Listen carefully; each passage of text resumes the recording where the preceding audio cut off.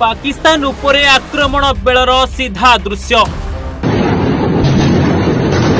एहीपरी भावरे पाकिस्तान उपरे होईछि बोमा वर्षा गोटे परे गोटे स्थान एहीपरी भावरे ध्वंस हो जाइछि।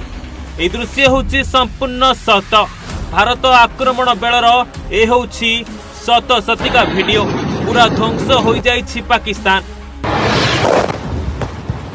पाकिस्तान रो गोटे परे गोटे स्थान रे करिछि भारतीय वायुसेना आक्रमण 12टी विमान द्वारा होईछि 5टी स्थान उपरे आक्रमण 9टी आतंकवादी आड्डा ध्वंस हो जाइछि।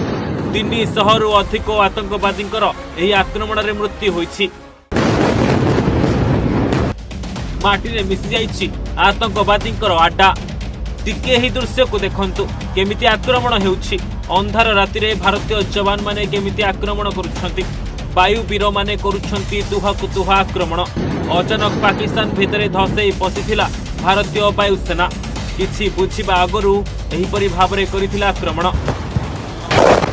जेतेबेले आतंकवादी माने शांति निद्रा रे सोई रहिथिले सेतिक बेले वायु वीर माने जाई अचानक करिथिले बोमा वर्षा। मिसाइल माड़ परे एणे तेणे दौड़िबाकु लागुछंती आतंकवादी माने।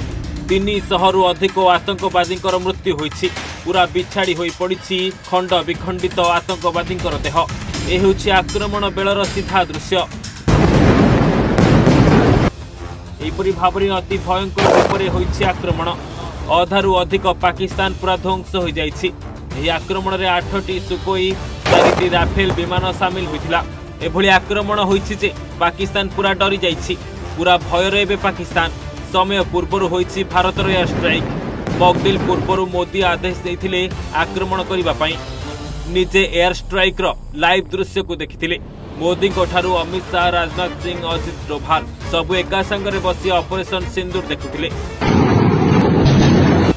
हाँ आज्ञा आज भारत तार प्रतिशोध नहीं तुहा को तुहा करिछि। एहीपरि भाबरे आक्रमण पाकिस्तान रे हाहाकार पड़ जाइछि। एबे पाकिस्तान मध्य आक्रमण करिपारे ताहाको सामना करिबा पई तैयार रहिछि भारतीय सेना।